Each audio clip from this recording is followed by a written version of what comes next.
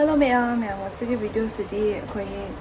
babagi macam mana se nipa ni bukan nupa home nupi manga aduga nupi ani suba nene bala se ado ngasi koi punna cak camin ado ini ado moi su gajik thora kre bakwa aduga ma'am video se sum aina thong thak pa kai kai tawi khole kamai tawi ngasi ni numit se nene oi lak bagi ado ma'am su chara ke memory oi hong na bai nam chara pani video se su tang kata bakui re nam da bakui re bakwa ado ma'am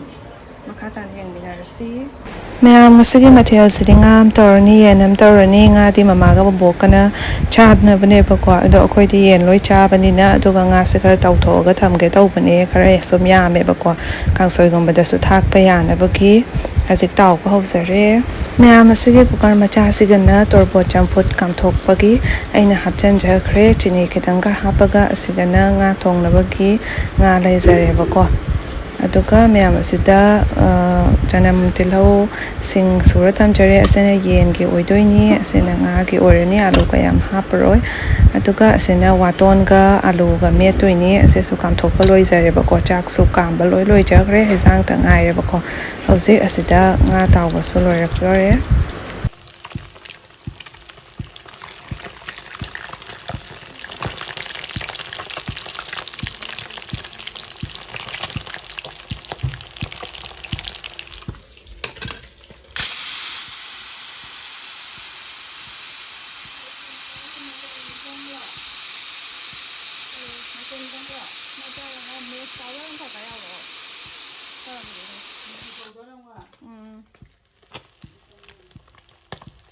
Ma'am asida ina nga khara tawzabado plate phajana hapchanjare asena kangsoi thokpa numitta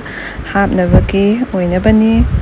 aduga ma'am asidana nga thongba hawgatchare bakwa aina tilho de jira tespata hapchanjare chanam di haptri chanam so je hapani chanam se hana hapchaladi kasan bane bakwa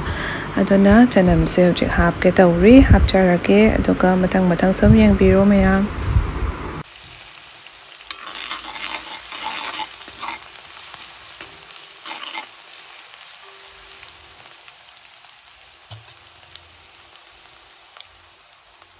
Ma'am asidana ina nga thongba loirakpada hapnabagi ngasai thau doi janam tilho jira yei bado khara lauthokjarbane bakwa sena loiramdai da hapchan ke tawbani mahau lai ena hai smai tawbasena ko aduga siga nga hapchan jare aduga yam ochara roi ge bakwa idi hekta yam hekta otningai ado nga thoi thongbadadi yam otpa yate dana ko adu ngasi de yam ochara roi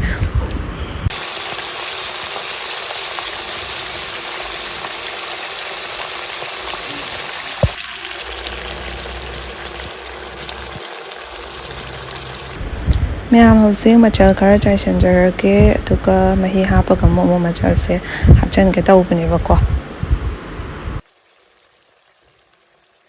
Ma'am hada khara ni nungsa na pena sadokpani dona ising aying baga se thaktradi laiba ngamdre bakwa khara sum inglap tawba thagana spain bado do mind dona fresh ising khara hapchan jare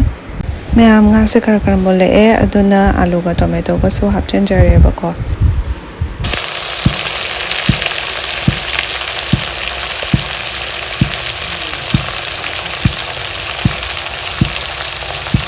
Machu sukara hapjalle yam ka haina di hapte machu se horen amok yam traga mahi hapa kanta hapke tawbani bakwa morok ke kang hapa loraga hosi khara chai sanjare aduga ma'am mahi hapjare aduga sauri eba morok su thom su loi hapchen ba loi jagare bakwa machal su loi chai sanjare pungroi lore hajik sawalaga thamani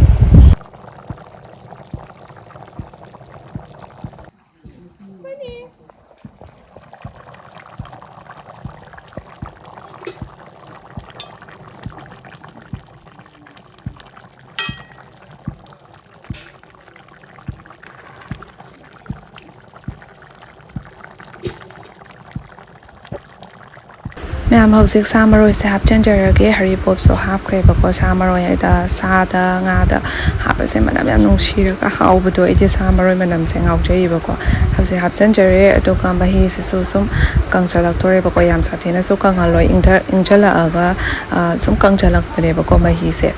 ado nga sidi yam cha doina tamne somai katang thonge manam so yam nungsire ꯑꯗꯨꯒ ꯃꯌꯥꯝ ꯉꯁꯥꯏ ꯑꯩꯅ ꯊꯥꯎ ꯌꯩꯕ ꯊꯝꯈꯤꯕꯗꯣ ꯑꯗꯨ ꯍꯥꯞꯆꯤꯟꯖꯔꯦꯕꯀꯣ ꯑꯗꯨꯒ ꯃꯌꯥꯝ ꯑꯁꯤꯗ ꯂꯩꯖꯔꯦꯕ ꯉꯥ ꯊꯣꯡꯕꯁꯦ ꯂꯣꯏꯔꯦ ꯃꯌꯥꯝ ꯍꯥꯎꯗꯧ ꯃꯥꯟꯕ꯭ꯔꯥ ꯃꯅꯝꯗꯤ ꯌꯥꯝ ꯅꯨꯡꯁꯤꯌꯦꯀꯣ ꯃꯌꯥꯝ ꯉꯥ ꯊꯣꯡꯕꯁꯨ ꯂꯣꯏꯔꯕꯅꯤꯅ ꯍꯧꯖꯤꯛ ꯋꯥꯇꯣꯟꯒ ꯑꯂꯨꯒꯁꯦ ꯃꯦꯠꯅꯕꯒꯤ ꯑꯩ ꯁꯦꯝꯖꯔꯒꯦꯕꯀꯣ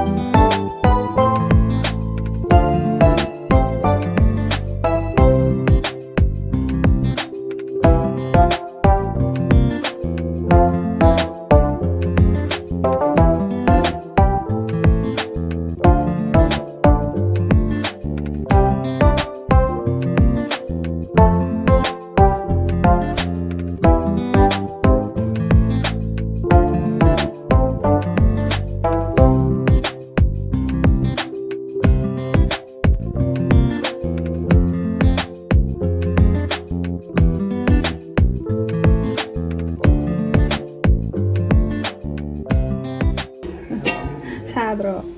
ꯑꯩ ꯉꯥ ꯊꯣꯡꯕꯁꯤꯗ ꯂꯩꯔꯦꯍꯦ ꯍꯥꯎꯔꯅꯤ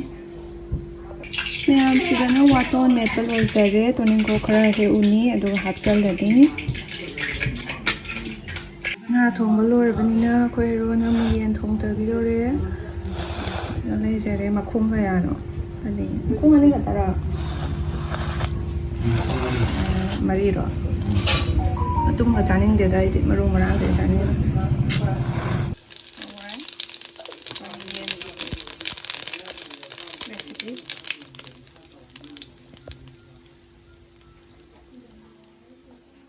ꯆꯅꯝ ꯁꯣꯟꯅꯔꯤꯕꯅꯤ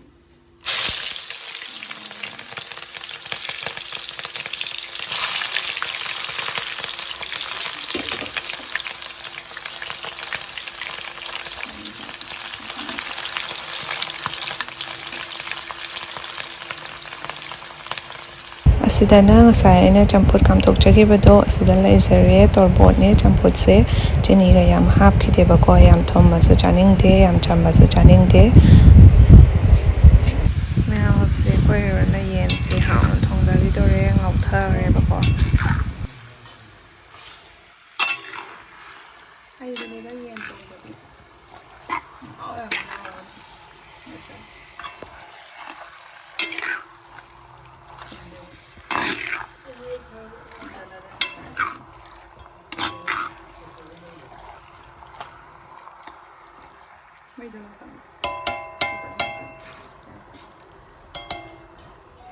ꯃꯣꯔꯣꯛꯁꯦ ꯌꯦꯡꯉꯣ ꯑꯝꯇ ꯍꯥꯞꯆꯜꯂꯣ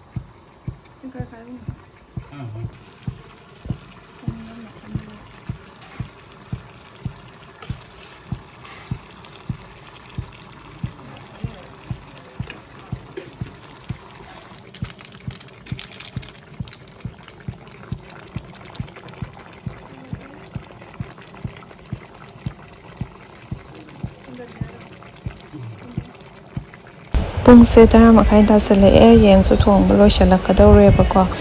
ꯆꯥꯛꯁꯨ ꯂꯥꯝꯁꯤꯜꯂꯛꯑꯦ ꯊꯦꯡꯉꯕꯅꯤ ꯑꯩꯈꯣꯏꯗꯤ 10:30ꯒꯁꯦ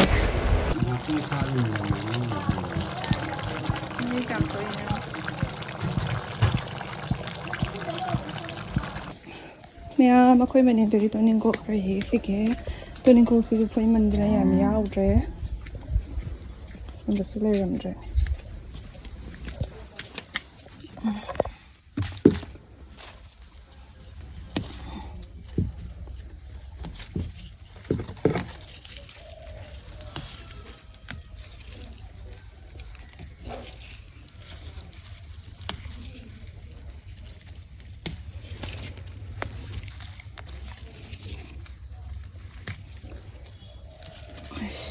ꯁꯥꯏꯍꯦ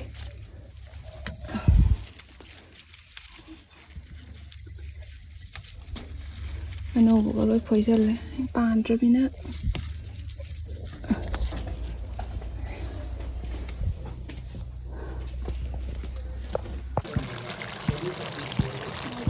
Cái gì nó chậm. Cái này đang cắt rồi. Đây bắt đầu đi rồi. Đây hay rồi. Cái gì à mình. Cái này master chef anh nào bận phòng tây nhá.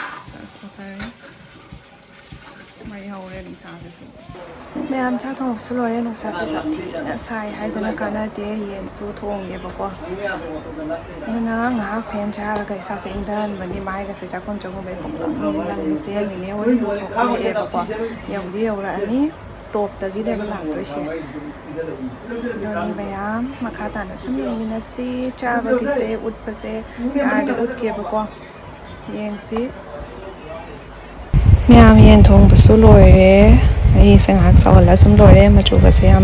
phát ra mà sao em phát ra hào đâu em mà lấy mà nằm số em nung xì đấy nó bạn thong bây giờ sẽ hào đi hào bên đấy bao rồi sang những cái chắc là mẹ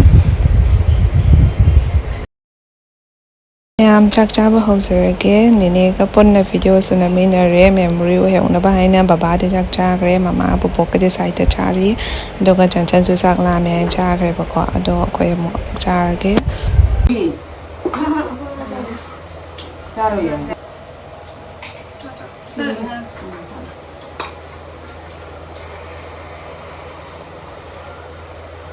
đi chắc không là sao này chắc thùng nghe được ạ thì đầm thì ba thì sao đây răng nữa con này không hòn mấy đồng thùng Muốn ăn gì? hello đi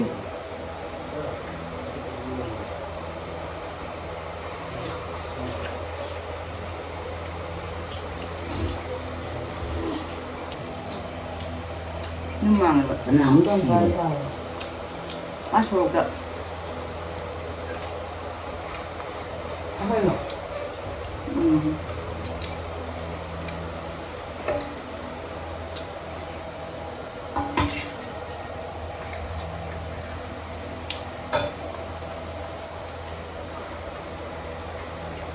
hào đấy nhỉ hào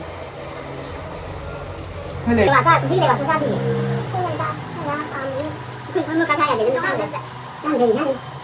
나 그거야 나한테 인사자요. 나 돈 갚게 돼. 나도 돈은 많이 내. 내들은. 그 자에 그 가사님이도 뭐야 그냥 그냥 사야 돼. ấy kìa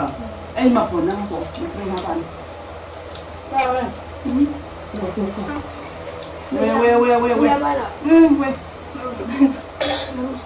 quê nơi cha bận là nâng giờ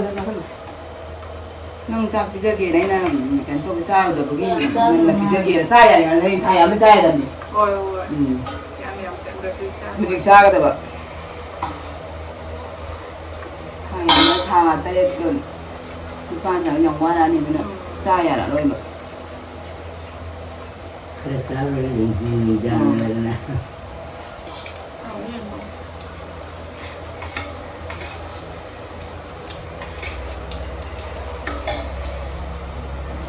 quay kỳ gì mà khai mà mình lâu say men chả quay luôn là cha ngầm tiền tụi nó là chừng ngày ăn chả và tụi nó ngày ăn nhiều nhau khám này mà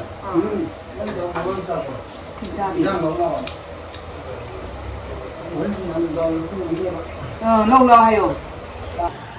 Nga thùng hảo. Vì Nga phải thùng sang gì rồi, chúng tôi được. Hấp được đấy. Ui. Ui. Ui. Không. Được đi rồi. Cái không mày. Nó được rồi. Yêu cái gì luôn ta đấy.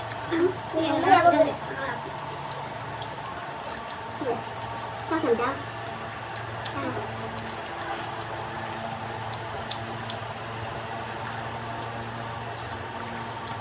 Yêu đồ nó vàng này.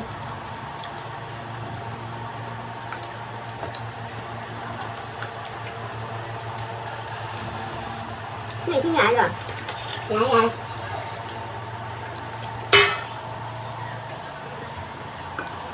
Cái sao đó? Anh sao đó ạ?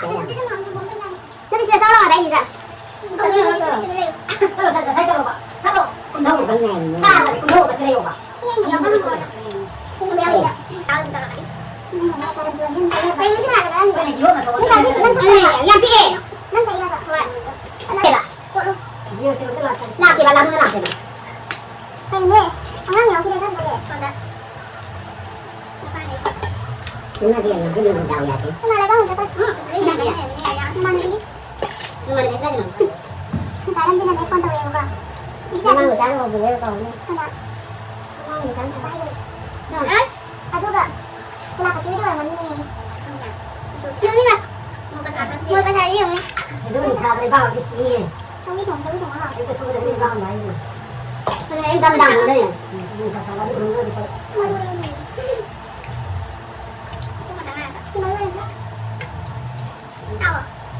sau rồi mình sẽ nhảy xả rồi trong nhà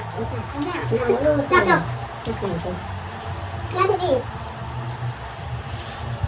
yeah chúng ta là chặt đàn chặt kia rồi nhỉ chặt cái này này bây giờ mình sẽ làm mình làm cái gì cái đàn mình sẽ xả là không phải đi chặt cái gì đây chẳng nào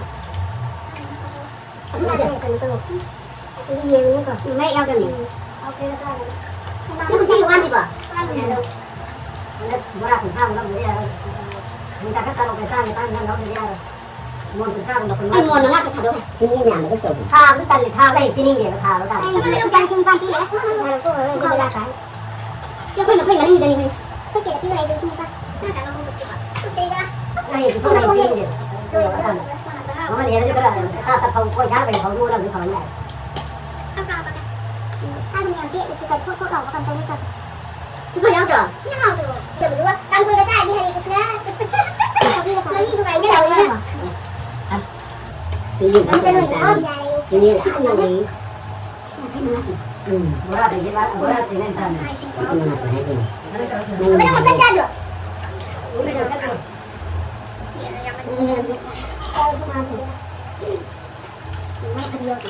Nó thằng bảy nhưng mà có tay rồi. Không phải mình. Già nó mới được người đẹp. Cứ đừng chậm mà mai yêu rồi đến 2 tháng rồi nhỉ. Nó thì đi được bao giờ rồi. Mình thì mình có thay rồi. Xin chào. Cháu đi nào vợ. Mai bay rồi mình yêu rồi nó bay. Tao chưa. Đừng có đến nhiều. Anh nè, xin chào rồi. Thế mà khai này này. Vì chạy chạm sao đi nhà làm sao ạ cái nào cũng làm sao còn chơi cái này cái nào cũngไม่เลยนะพวกนั่งแบบข้างเดียวแล้วสุดท้ายเลยนี่ยังไงสำหรับมาฆ่านั่งมาฆ่าตายนี่มันนี่ได้แต่กระเซ็นตามแบบทุกที่เขาไปแต่งจังนี่ดินี่ยังฆ่าแต่มือเดียวเขาที่ตัวมันไปฟ้านั่นนี่ทำตัวก่อนนั่นพวกที่นี่มันสินะก่อนนี่เลยล่ะนี่สินะนี่เนี่ยฉันtidak nak bisa aku mau pulang tu sih tu ya Đồ cái chai còn chắc ăn chay là dạ với ấy hồi già mình biết là mình nhìn sao rồi giá tiền có ăn tao làm cái gì chai đi chào rồi hay là chai à chai là có ăn là sao rồi còn nó thì thôi bạn hay là nó chai đi gần rồi thì ăn rồi lên rồi ra ngoài sẽ cần tôi nghĩ làm sao không tên ra chữa đi qua chai cái nhà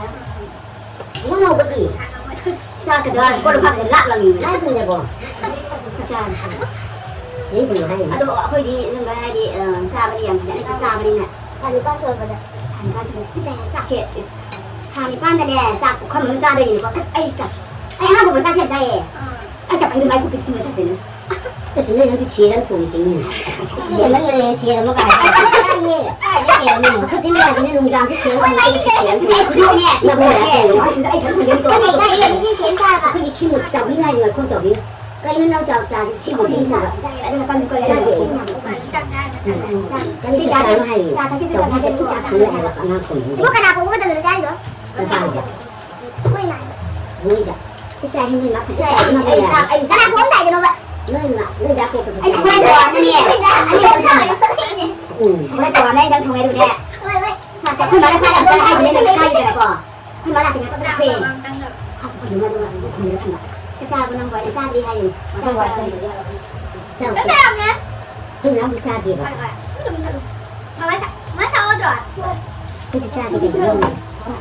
Ma'am, chak suto nung sa so yam sati na sa mangkon da koi ma'am tong na pammi yam so nung ay ne ni oi la am base pun na smain chami na base ko atuga ma'am ase tharoi se na mama na kulak pa ne ba ko adu me ni kun ba de ba ko pa na yam ba ni khara so pi ge doi ne hoi da so ko khoi mu khara chaurani adu ngasi nung tang thong doi ne tharoi se na Ma'am hase nga pothare aduga pondon sa charge hai na khai ba ko to morok se ga tawraga kara namaga nung den ge charni ase pondon se am thot aga yam haw so haw ba ko ado ma'am ngasi video se lo sinjara ke